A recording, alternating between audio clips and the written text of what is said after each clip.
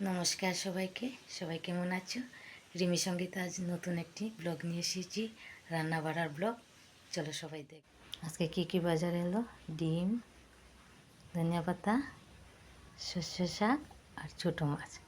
তো ছোটো মাছ বানিয়ে নিয়েছি, তারপরে কড়াই বসিয়ে ছোটো মাছটাকে ভেজে দিলাম। ছোটো মাছকে ভাজার পর তারপর বেগুন দিয়ে, টমেটো দিয়ে, পেঁয়াজ দিয়ে, সর্ষে বাটা দিয়ে ছোটো মাছ দিয়ে করলাম একটু মাখা গায়ে মাখা করলাম। পেঁয়াজ সঙ্গে পেঁয়াজও দিয়েছি।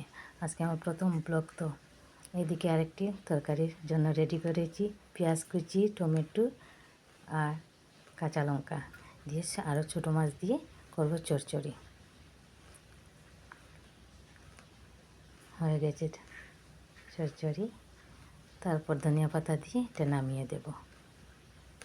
তারপরে করব সর্ষে শাক কেটে রেখেছি, শাকটা ফেলে দেবো। শাকটা ভেজে নিব এখন। শাক করলাম, বেগুন দিয়ে একটা করেছি, টমেটো দিয়ে একটা করেছি, 3টা তরকারি বানিয়ে নিলাম। এই যে ডিম অমলেট করব। 5টা ডিম দিয়ে 6টা অমলেট করব। ডিম অমলেট করে ডিম দিয়ে, আলু দিয়ে, পেঁয়াজ দিয়ে একটা ঝোল বানাবো। ডিমটা অমলেট করে নিলাম, অমলেট করে রেখে দেব। আজকে প্রথম ব্লগ, তো আমার একটু ডিস্টার্ব হচ্ছে, আপনারা সবাই দেখে নেবে। এই যে বানিয়ে নিলাম, 6টা ডিম অমলেট করে নিলাম। ডিম অমলেট করে তরকারি করব। আলু, পেঁয়াজ, রসুন, টমেটো, এদিকে চাল ভিজিয়ে রেখেছি। প্লেন রাইস, ব্রাউন রাইস 2 ডেগে বসিয়েছি।